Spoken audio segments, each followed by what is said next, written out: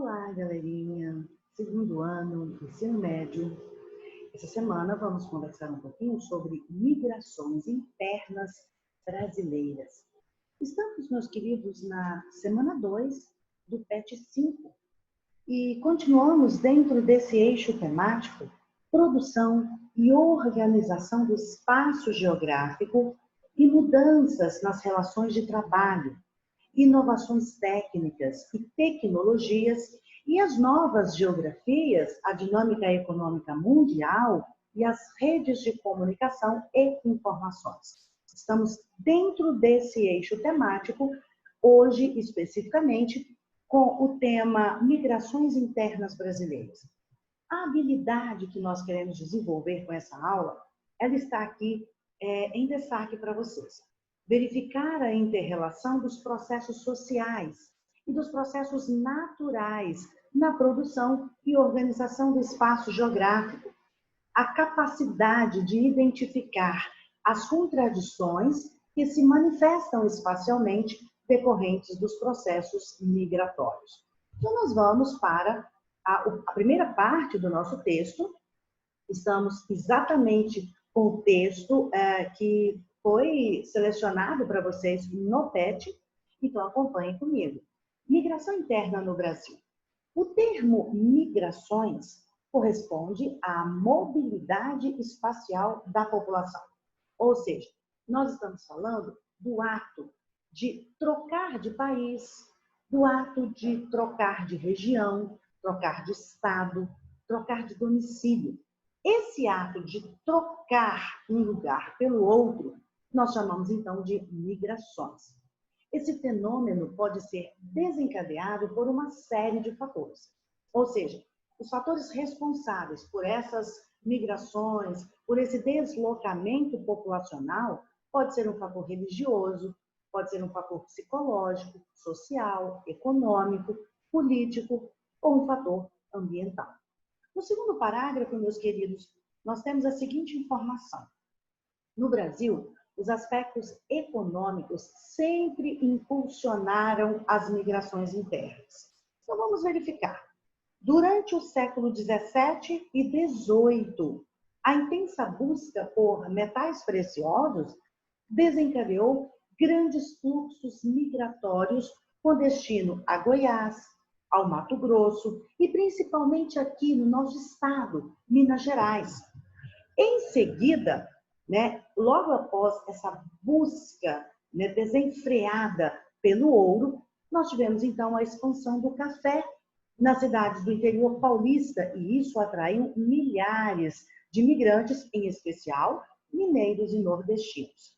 Então, veja, nós temos aqui dois fatores econômicos responsáveis por essa mobilidade social, mobilidade geográfica, espacial. Primeiro, a questão da busca por metais preciosos. E agora nós apresentamos a expansão do café. Então, são fatores econômicos que estão sendo, então, responsáveis por essas mudanças, o fato de trocar um estado pelo outro, um local pelo outro.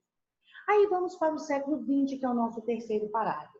No século XX, nós temos aqui um modelo de produção capitalista que criou espaços privilegiados. Esses espaços foram utilizados para a instalação de indústrias no território brasileiro. Vejam que eu estou falando de um outro fator econômico. Eu estou falando da questão industrial. Isso fez com que houvesse uma centralização das atividades industriais na região sudeste. A região sudeste, ela possui 4 estados de bastante expressividade no território nacional. Nós temos, em primeiro lugar, o estado de São Paulo, que é uma cidade global, que é uma megacidade, que é uma megalópole, junto com o Rio de Janeiro, que também é outro estado do Sudeste. Nós temos aí a nossa megalópole brasileira e ainda temos o nosso estado, Minas Gerais, e o estado do Espírito Santo. Então, nessa região sudeste, nós tivemos uma concentração de indústrias. E como consequência desse processo, milhares de brasileiros de todas as regiões se deslocaram para as cidades do Sudeste, mas de forma muito especial para a cidade de São Paulo. E o último parágrafo traz para nós o seguinte: outra consequência do atual modelo de produção e a migração é a migração da população rural para as cidades. Essa migração, essa saída do homem do campo para as cidades, nós chamamos esse fenômeno de êxodo rural. É uma modalidade de migração. E essa modalidade de migração, ela se intensificou nas últimas 5 décadas, pois as políticas econômicas favoreceram e favorecem os grandes latifúndios, ou seja, favorecem, por exemplo, empréstimos bancários, além da mecanização das atividades agrícolas em substituição da mão de obra. Então, essas questões, elas são responsáveis também por esse processo, a saída do homem do campo para a cidade. Meus queridos, dando continuidade ao nosso texto, a região Sudeste, que nós acabamos de apresentar, que historicamente recebeu o maior número de imigrantes, tem apresentado declínio na migração. Então, veja, será que as pessoas pararam de vir para o Sudeste? São Paulo, o que está acontecendo? O que está acontecendo é uma estagnação econômica, um aumento de desemprego na região. E uma outra questão importante é que a região ela já está bastante saturada, principalmente São Paulo, está bastante saturada em termos de implantação de indústrias. Então, nesse sentido, ocorreu uma mudança no cenário nacional dos fluxos migratórios, onde a região centro-oeste passou a ser o principal destino. Agora, nós vamos conhecer quais foram os atrativos da região centro-oeste. E aí nós temos no texto elencado aí para vocês.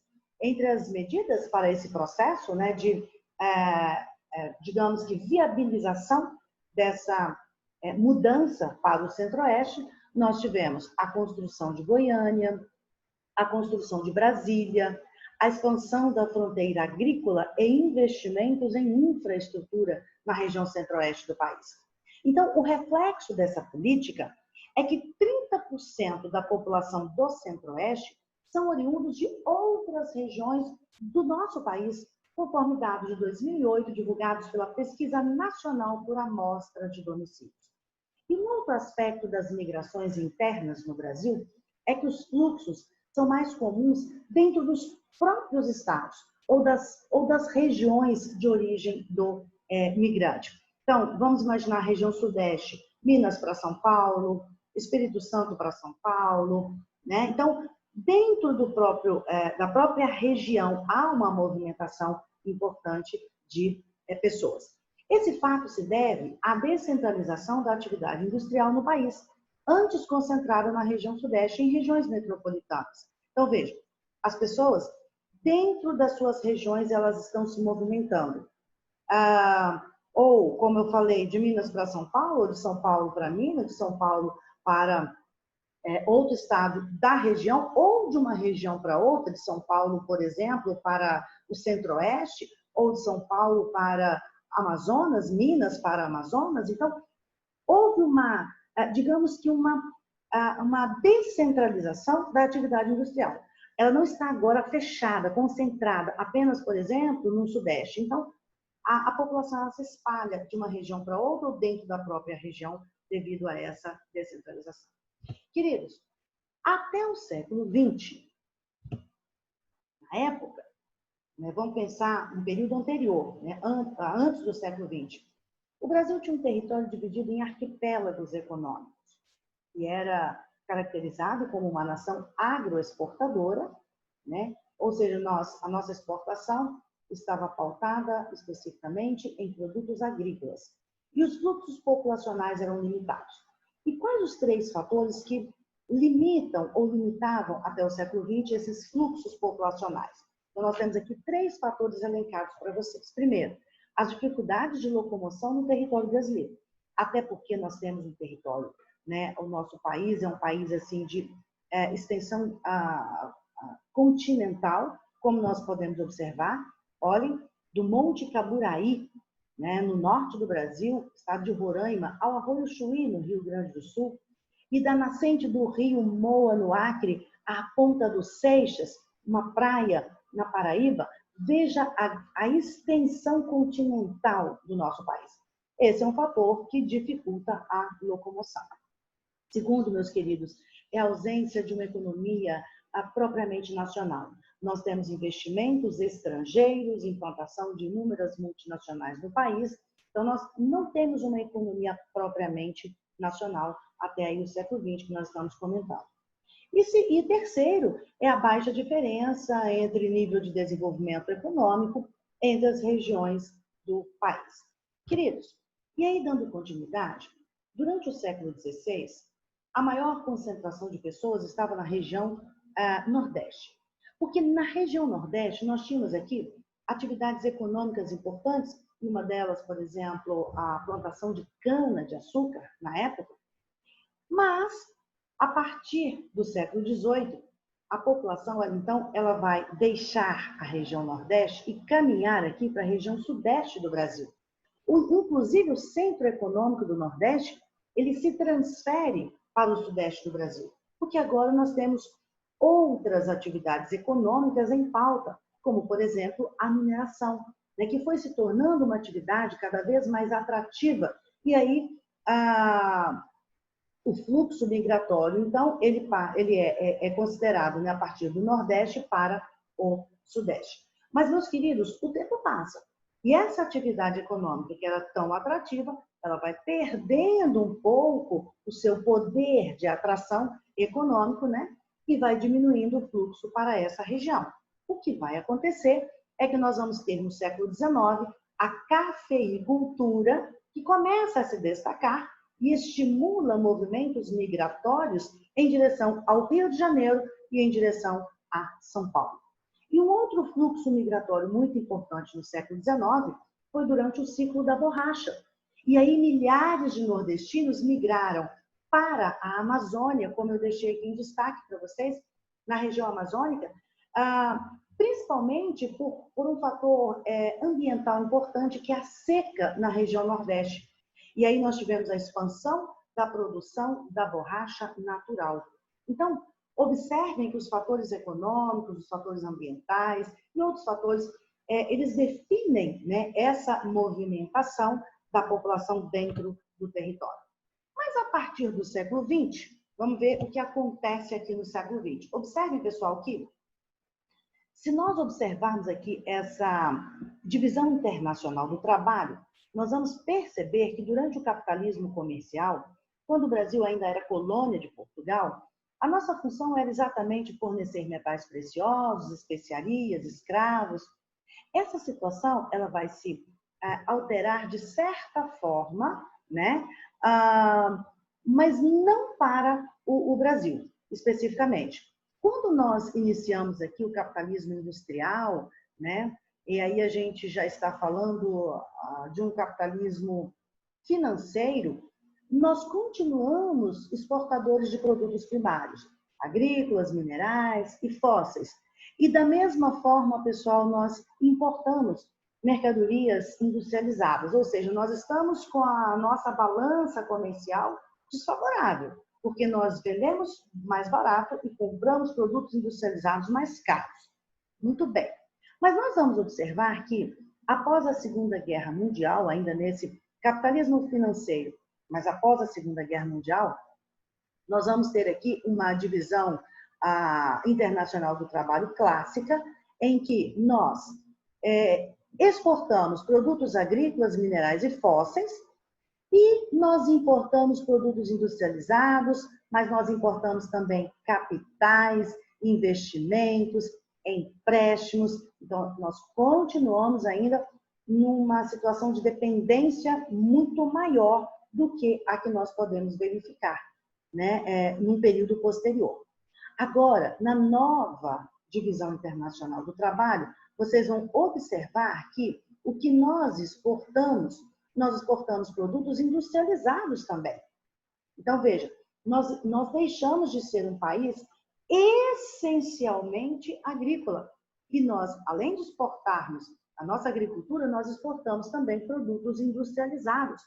Mas, meus queridos, vejam, nós temos um probleminha, né? Que o Brasil não é um país desenvolvedor de tecnologia. E aí, importar tecnologia, que é o que nós fazemos hoje, nesse processo da globalização, importar tecnologia, esse é um processo caro. Então, a gente continua nessa dependência, né? Avançamos, mas ainda continuamos nessa dependência por não sermos desenvolvedores de tecnologia.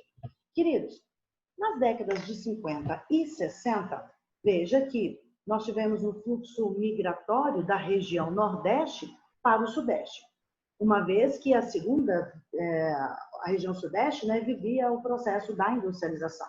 E a nossa industrialização, ela tem início, então, a partir da década de 30, 40, 1940, e aí, com esse processo da industrialização, muitas pessoas saíram do Nordeste, como vocês podem observar de forma muito expressiva através da seta, e se dirigiram para a região Sudeste do Brasil.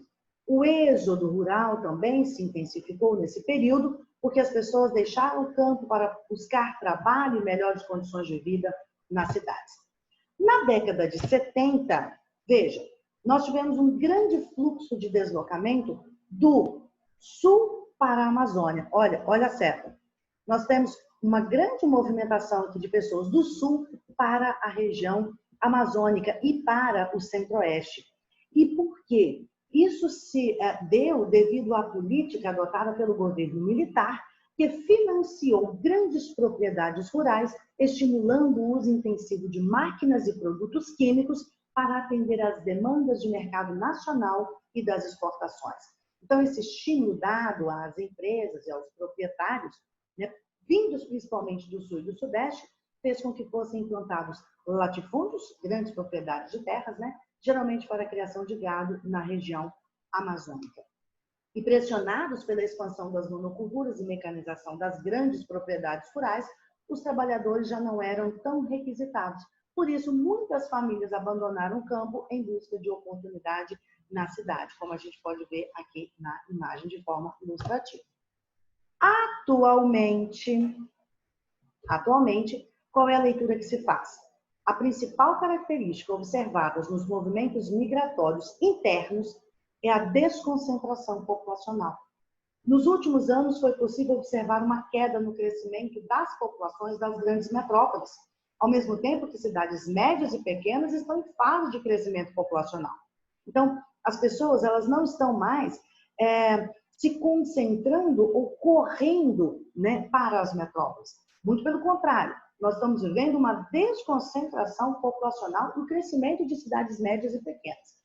Devido à modernização das infraestruturas brasileiras, principalmente nas áreas de transporte, como vocês podem observar aqui nas imagens, na área de comunicação, na área de fontes de energia, é possível diminuir a necessidade de concentração, tanto das populações como das atividades econômicas, né? Então, dessa forma, não é necessário que as fábricas se localizem ao lado de seus centros consumidores, porque agora elas têm condições de mobilidade, elas têm uma logística, né? Elas podem elaborar a sua logística, mesmo estando distantes dos centros consumidores, devido ao processo de comunicação desenvolvido e da própria rede, né, de transporte no país, então fica tranquilo chegar até o consumidor. Então, basta que existam condições de o produto chegar até o consumidor por vias de transporte. E o país tem desenvolvido essa área. Muito bem, meus queridos. Então, eu deixo aqui com vocês o meu abraço, meu carinho. Espero vocês na próxima aula. Façam as atividades do formulário e fiquem com Deus.